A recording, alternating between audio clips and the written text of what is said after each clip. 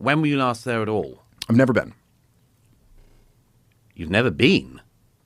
Well, am I not allowed to talk about it now? Have you been there? Right, that's a good point.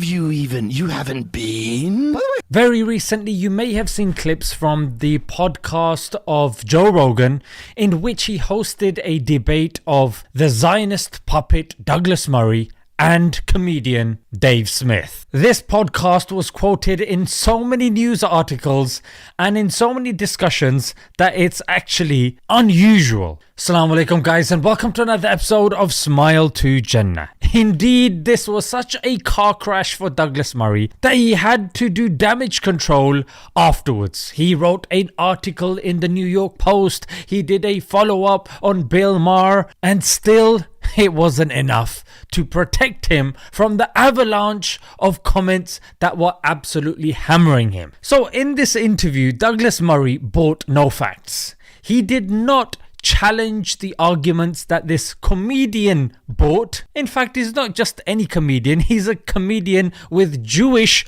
ancestry. So he can't be labelled as an anti-Semite when he talks about this, which again is a major obstacle out of the way, because this is something that is flung on the faces of anyone who critiques Israel, not even Judaism, Israel. The fact that they've gaslit us into thinking that criticizing a country is akin to criticizing a faith is beyond me. But Douglas Murray is a posh English mug who people could see was just being pretentious, condescending and patronizing, frankly. And the two main arguments that he brought forward was, number one, experts. You gotta be an expert to talk about Israel and Palestine. I'm still slightly bemused about this move from I'm an expert on this and I have views to I'm a comedian. I've never claimed to be an expert on anything. This is the problem, Joe. I mean, if somebody wait a minute, says you have to claim to be an expert on something to have an opinion on something? No, you don't have to be. You don't have to be. But so what's this is the like, issue? I'm not a historian, but I'm pumping out history. And number two, it was you have to have at least gone there to talk about it. When were you last there at all? I've never been. You've never been? Well, am I not allowed to talk about it now? I think it's a non-argument. But if you're an expert... Well, you have to go and touch the ground to No, be able I to think talk you have about to it? see... I think it's a good idea to see stuff, particularly if you okay. spend a career talking about something. Yes. I have a journalistic rule of trying never to talk about a country even in passing unless I've at least been there. Now that being said, in the follow-up Joe Rogan episode in which he was speaking to somebody else, he was absolutely roasting, cussing, humiliating Douglas Murray. Because frankly, he was deserving of it. Everybody collectively is taking a giant dump on him. That, starvation and stuff like that and people dying is worse than a podcast. But wait a minute. I wouldn't Wait make a minute, it. before you say that. Have you been there? Right, that's a good point. You haven't been? By the way, how is... If you are emphasizing 45 minutes on an argument that doesn't even apply to you, rest assured people are going to pull you up on that hypocrisy. So in the first one, he's saying, experts like comedians shouldn't be talking about such issues. I'm sorry, you went to Oxford and studied English literature. You should be talking about Macbeth and Oscar Wilde.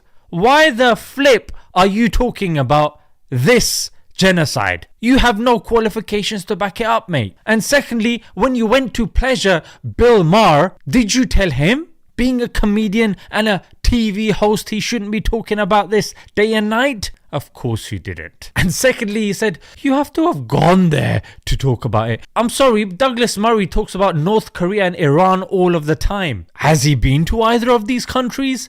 I think not. And it does raise eyebrows that as soon as Douglas Murray gets battered and his backside handed to him, the two doors that open up straight away, might I add, are New York Post and Bill Maher. I don't think the intelligent folks watching know that there is a bit of a revolving door between them and Israel, so it seems. And the irony is that he claims to have gone there. But gone there with who? Yes, gone there with the entourage of Israeli IDF.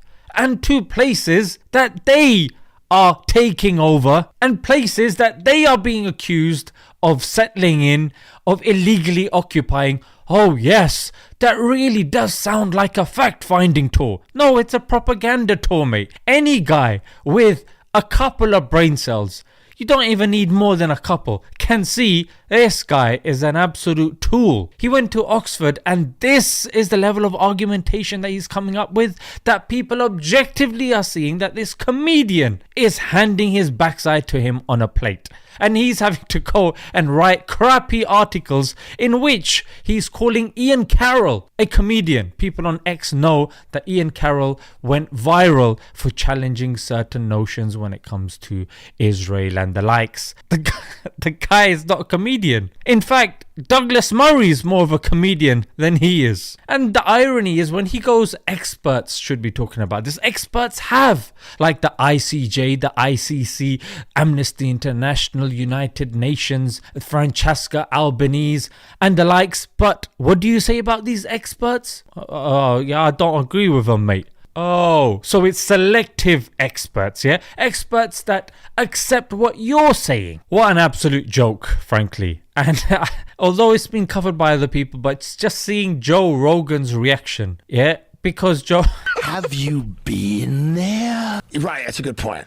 You haven't been? By the way, I mean, it's nice to see that this guy has got his head screwed on properly. With regards to what's going on, you cannot simply be sitting on the fence. If someone is, it's just something's not right. Something's gone wrong. Some wiring has gone wrong up there, mate, yeah? Let's leave it there, guys. Until next time, Assalamu alaikum.